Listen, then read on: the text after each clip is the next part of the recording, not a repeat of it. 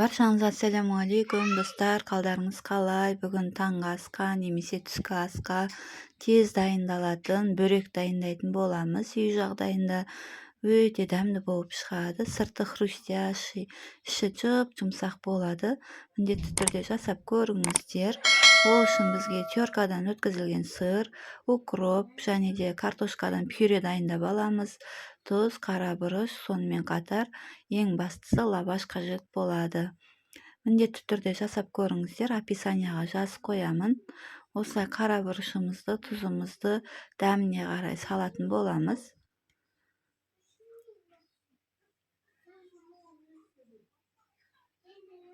Жақсылап тұрып біркелкі масса болғанша араластырып аламыз.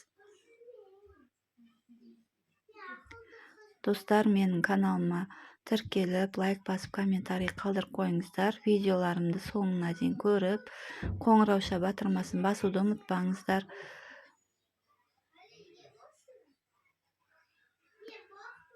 Жақындарыңызбен, таныстарыңызға каналымның ссылкасын таратып, көмектесіп жіберсеңіздер, мен үшін өте маңызды. Осылай жақсылап араластырып аламыз.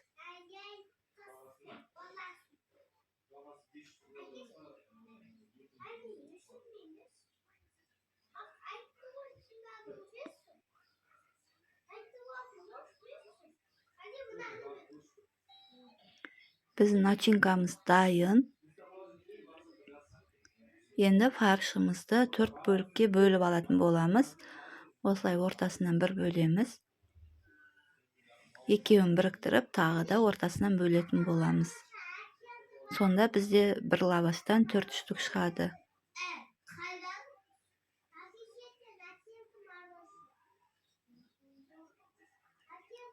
Кішкентай қылып жасайым десеңіздер, тағы да ортасынан бөлсеңіздер болады. Осылай начинкамызды салып, орайтын боламыз.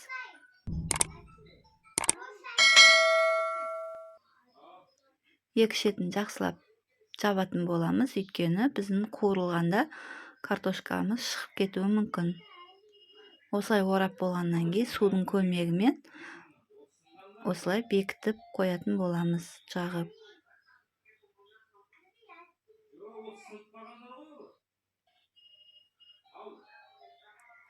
Тағы да көрсетіп жіберейін. Осылай картошкамызды салып, формасын жасап аламыз да орайтын боламыз.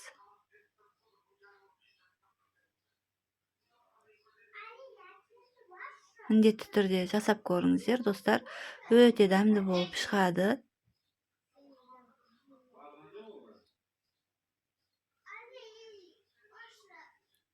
Ендігі кезекте табамызға майымызды қыздырып алып, қыздырғаннан кейін салып, екі жағын ауната отырып пісіріп алатын боламыз. Мінекей ішінде сыры ағып, осылай өте керемет дәмді болып шығады. Ас болсын, жасап көріңіздер.